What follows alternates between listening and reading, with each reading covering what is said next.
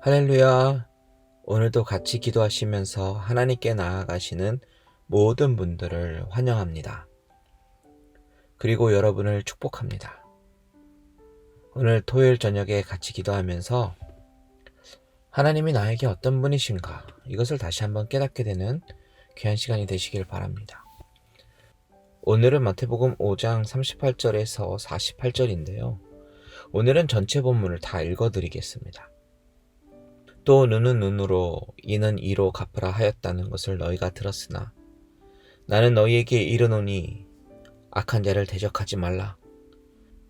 누구든지 내 오른편 뺨을 치거든 왼편도 돌려대며 또 너를 고발하여 속옷을 가지고자 하는 자에게 겉옷까지도 가지게 하며 또 누구든지 너로 억지로 오리를 가게 하거든 그 사람과 심리를 동행하고 내게 구하는 자에게 주며 내게 꾸고자 하는 자에게 거절하지 말라.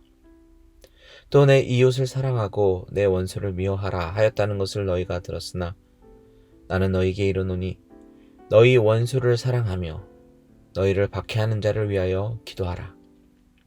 이같이 한즉 하늘에 계신 너희 아버지의 아들이 되리니 이는 하나님이 그 해를 악인과 선인에게 비추시며 비를 의로운 자와 불의한 자에게 내려주심이라. 너희가 너희를 사랑하는 자를 사랑하면 무슨 상이 있으리요? 세리도 이같이 아니하느냐? 또 너희가 너희 형제에게만 무난하면 남보다 더 하는 것이 무엇이냐? 이방인들도 이같이 아니하느냐? 그러므로 하늘에 계신 너희 아버지의 온전하심과 같이 너희도 온전하라. 어제 그제 말씀에 이어서 오늘 이어지는 산상수훈의 말씀은요, 사실 우리를 더욱더 좌절시키는 말씀을 주님이 하십니다. 우리가 인간으로, 크리스찬으로 가장 실천하기 힘든 말을 주님이 하시기 때문입니다. 주님은 오늘 본문에서 바로 악한 자, 즉 나에게 악하게 대하는 자를 내가 어떻게 대해야 하는가, 그리고 나의 원수를 나는 어떻게 응대해야 하는가에 대한 방법에 대해서 주님은 말씀하고 계십니다. 그런데 주님의 가르침은 나의 오른뺨을 치는 악한 자에게 똑같이 복수를 하기는커녕 오히려 그저 당하고 가만히 있으라고 하십니다. 아니, 가만히 있지 말고 오히려 왼뺨을 돌려대라고 하십니다. 우리 중에 과연 몇이나 이렇게 화를 내지 않고 덤덤할 수 있을까요? 나에게 씩씩거리고 달겨드는 사람에게 똑같이 해도 시원치 않은 판국에 어떻게 화를 내지 않고 반대편의 뺨도 돌려댈 수 있을까요? 주님은 나의 속옷을 악한 자가 가지려고 하면 겉옷까지도 가지게 하라고 하십니다. 다 주면 나는 어떡합니까? 또 주님은 악한 자가 억지로 오리를 가게 하면 심리를 동행하라고 하십니다. 1m도 같이 있고 싶지 않은 사람과 어떻게 심리를 가겠습니까? 이것은 우리가 아무리 실천을 하려고 노력한다고 하더라도 어쩌면 한두 번은 성공할 수 있을지는 몰라도 우리 인간의 내추럴 성격상 계속해서 평생 그렇게 하기가 어려운 일들을 주님은 말씀하십니다. 원수를 사랑하라고요. 그를 위해서 기도하라고요. 여러분 정말 이렇게 실천할 자신이 있으십니까?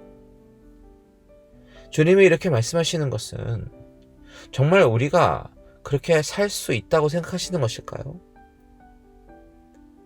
주님이 이렇게 말씀하시는 이유는 무엇일까요? 바로 인간의 무능함을 알게 하시기 위해서입니다. 어제와 그제 우리는 살인과 간음죄의 재정의에 대해서 살펴보았죠. 주님의 재정의를 보면 마음에 미움을 가진 자는 이미 살인자입니다. 음욕을 품은 자는 간음자입니다. 이어서 오늘 본문에서 오른뺨을 맞으면 왼뺨을 돌려대라고 하십니다. 속옷을 가지려고 하면 겉옷까지 주라고 하시고요. 원수를 사랑하라고 하십니다. 주님은 그렇게 하실 수 있겠죠. 주님은 억울한 일도 참으시고 주님은 불쌍한 사람을 보면 긍휼히 여기셨습니다. 그런데 주님은 주님이시니까, 하나님의 아들이니까, 신이시니까 하실 수 있겠지만 우리는 죄로 가득 찬, 우리는 그렇게 살기가 어렵습니다. 여러분, 무엇을 말하고 있습니까? 우리 인간은 스스로 완벽할 수 없는 존재임을 다시 한번 깨우치게 하는 본문 말씀입니다. 만일 어떤 사람이 완벽하여서 나에게 해코지 하는 사람에게 화를 내지도 않고 오히려 그 사람을 사랑하며 마음속에서는 악독한 생각, 음란한 생각, 분을 품는 것은 한 번도 안 할 수 있다라고 가정하면 과연 그 사람은 인류 전체에 몇이나 될까요? 그리고 그런 사람이 있다고 하더라도 그 사람은 스스로 예수님의 십자가 없이 자력으로 구원할 수 있을까요? 아니요. 스스로 구원할 수 없습니다. 우리는 이런 삶을 실천할 수 없는 불가능자입니다. 우리는 이런 삶을 실천하려고 하지도 않으면서 주님이 지금 말씀하시는 뜻은 이런 뜻이다, 저런 뜻이다, 이렇게 주님의 산상설교를 이렇게 저렇게 해석하며 학적으로만 해석하려고 하는 시도는 하려고 하지만 그렇게 공부를 많이 한 신학자도 이렇게 살려고 하지는 않습니다. 아니, 그렇게 살 수 없는 본성을 가지고 있습니다. 그렇다면 주님이 왜 이렇게 말씀하실까요?